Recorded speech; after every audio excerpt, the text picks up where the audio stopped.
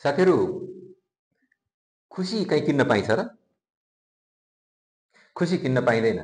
सुख किन्न पाइला, खुसी किन्न पाइँदैन। खुसी त आफै हुनुपर्छ, होइन र? नमस्कार साथीहरू, स्वागत गर्न चाहन्छु आज पनि मेरो युट्युब च्यानलमा। आज यही विषयमा म एउटा नैतिक कथा जोड्न चाहन्छु। अन्तिमसम्म भिडियो हेर्नुहोला। यहाँहरूको पनि सोचमा पनि पक्कै फरक पार्नेछ यसले। अन्तिमसम्म यो भिडियो हेर्नुहोला। अमेरिकामा एकजना किसान रहेछ। उनले के गर्दछन् भने मकै उत्पादन गर्ने। उत्कृष्ट मकै उत्पादन गरेर उनले सरकारको तर्फबाट उत्कृष्ट किसानको पुरस्कार पनि जितिरहेका रहेछन्। त्यस्ता किसान रहेछन्। हरेक वर्ष जित्दा रहेछन्, त्यही पुरस्कार जित्ने।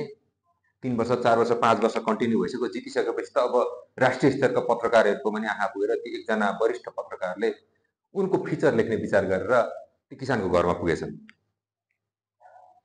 र उनले त सबै आफ्नो तयारीसहित फिचर लेख्ने भनेपछि अलिकति अब व्यवस्थित भरै गएका छन्।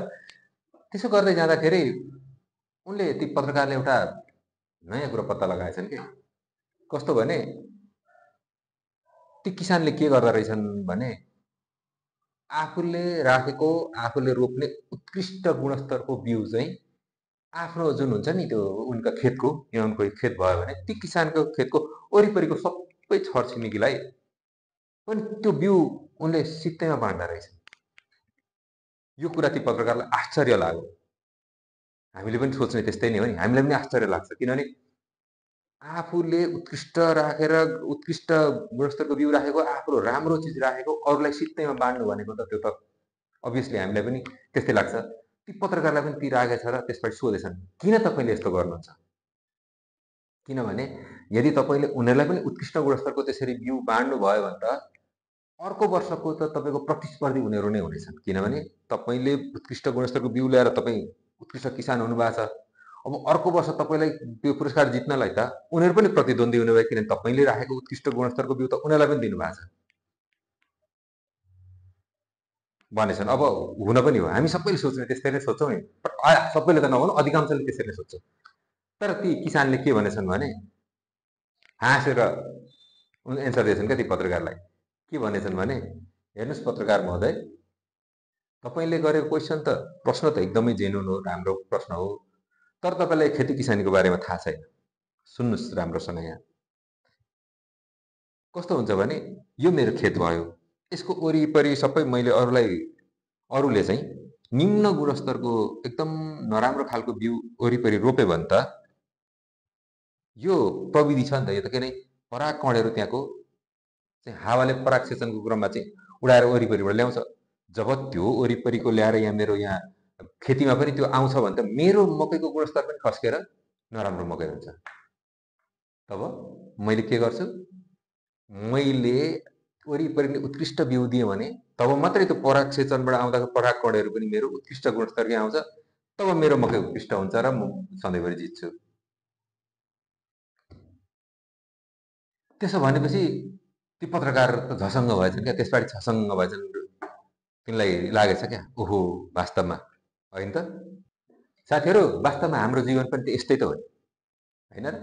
हामी पनि खुसी हुन चाहन्छौँ भने त्यही किसानको मकैको जस्तै उत्कृष्ट गुणस्तरको हामीले पनि उत्कृष्ट जीवन स्तर खुसी हुन चाहन्छौँ भने भन्नुहुन्छ। खुसी हुन चाहन्छौँ भने त्यो वरिपरिको दुःखले हाम्रो खुसीलाई पनि निमिट्याउन पार्दैन, नराम्रो बनाउँदै जान्छ। तब हामी खुसी हुनुपर्छ भने खुसी पनि बाँड्नु पर्छ। किन एक्लै त खुसी भएर हाँस्न पनि सकिँदैन।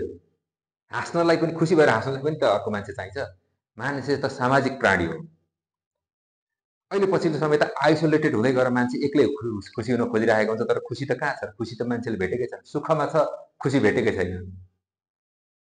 यदि हामी खुसी हुन चाहन्छौँ, हामी स्वस्थ राम्रो समाजमा बस्न चाहन्छौँ, वरिपरि सरसफाइ पनि चाहन्छौँ भने हामी आफैले पनि त्यो सरसफाइ हुनलाई सहयोग गर्नुपर्छ, लागि पर्नुपर्छ र अरूलाई पनि त्यसमा लाग्नलाई उत्प्रेरित गर्नुपर्छ। तब मात्रै हाम्रो वरिपरिको समाज पनि सफा हुन्छ र स्वस्थ समाजमा बस्न पाइन्छ।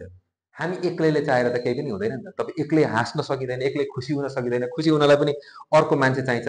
परिवारकै मान्छे किन नहोस्, अर्को मान्छे त चाहिन्छ।